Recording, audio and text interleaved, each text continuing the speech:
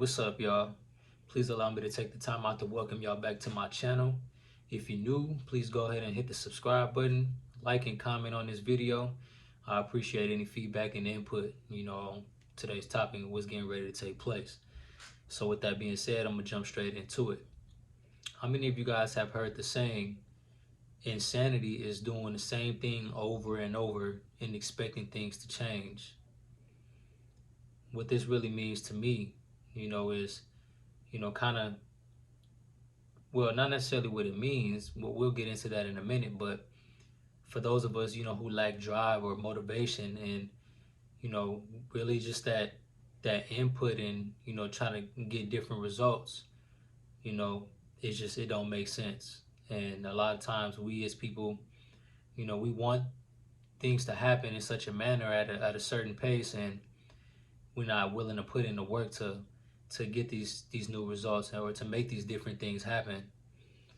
And I feel like this is very prevalent in today's society. Of course, it's something that has probably always taken place, but in today's society where everything is given to you at your fingertips, we live in such an instantly gratified community, or environment of people where we kind of want things to happen overnight, or to not be able to put in that much work or any work at all, to see any, great changes within our life and just results in general.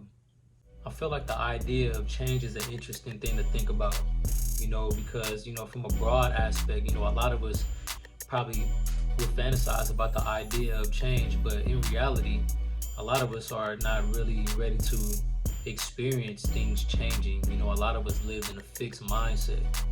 I could speak for myself as an example. Although I'm open to growth, and making a difference in my life, sometimes we can just be a little hesitant when it comes to change, especially when you're living in a comfort zone. The truth is, a lot of us are confined to the ways of life that have always worked for us, rather than being able to step into the unknown and to see how we can elevate in our life or in our lifestyles or just in personal growth in general. A lot of times what I think it is that subconsciously we're loyal to that pessimistic voice in our heads and have never been pushed or taught to practice habits of growth, ways of transformation to better ourselves as individuals. That negative self-talk is considered to be self-sabotage. And I feel like one of the ways that we can get past this idea of negative self-talk is to, if you can't fully go against that voice, instead of saying that I can't, to say that I can, but if it's not that easy sometimes, find a way to work with that voice, to become more consciously aware as to why do I have these thoughts in my head. A lot of us have grown and somewhere in our stages of life have been influenced in such ways that tell us, or people have told us, that we can't do certain things, or we're not capable of, more than what we are in that moment of time, or in this time, in the current time. If we could just, find ways to strategically and mentally, combat that negative self-talk, then is where we could begin to find some elevation and self-growth and really just, aspiring to be more than what we are, or at least what we think we are. Not only from the past, but a lot of the current people that you hang around, if a lot of these people don't have much going on for themselves, what would allow you to believe that they want much going on for you? What would allow you to believe that they're going to encourage you and push you to be a better version of yourself? So I think it's on us to consciously be aware of, who it is that we're hanging around. How much time and energy are we giving to these people? And are they reciprocating that time and that energy that we're putting into them? Is it placing more value on you as who you want to be as a person? Sometimes we have to change the current environment in which we are in order to see a change in our uprising, in our nature, and our evolutionary process. Me personally, I don't really hang out too much nowadays. I made it to a stage in my life where I feel a lot more comfortable, and comfortable in a good way, not comfortable in a stagnant way, but I feel more at ease and more focused being alone. Um, I'm a little on the older side now. I'm not old at all, actually, but I've come to a time in my life where just being more secluded, allows me to be of more charge and to take more charge, in my own lifestyle. I'm not easily influenced or easily led astray from who it is that I want to be or doing the things it is that I want to do. There was a time in my life where I allowed certain kinds of vices to have a real hold on me. These certain kinds of vices I would, utilize recreational with, you know, other groups of people who also did the same thing. So that made one good thing that we had in common. But once I knew that these kinds of vices, were not the best for me, and it didn't make me feel like I was being the person who I truly wanted to be within my own nature, I knew that I had to make a change and putting certain kinds of vices down.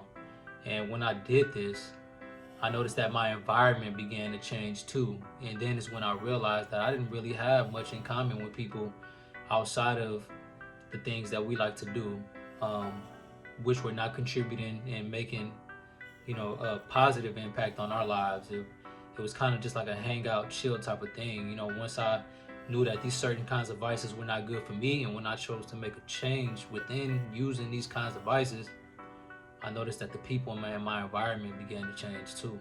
I know that I'm not the only one.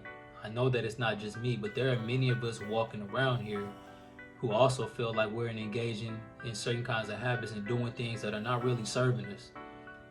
But we're scared to dig into ourselves and finding ways to make that change. It's because of our environment. It's because of forms of habit. It's because of boredom. It's because of we just don't feel like we have much going on for ourselves.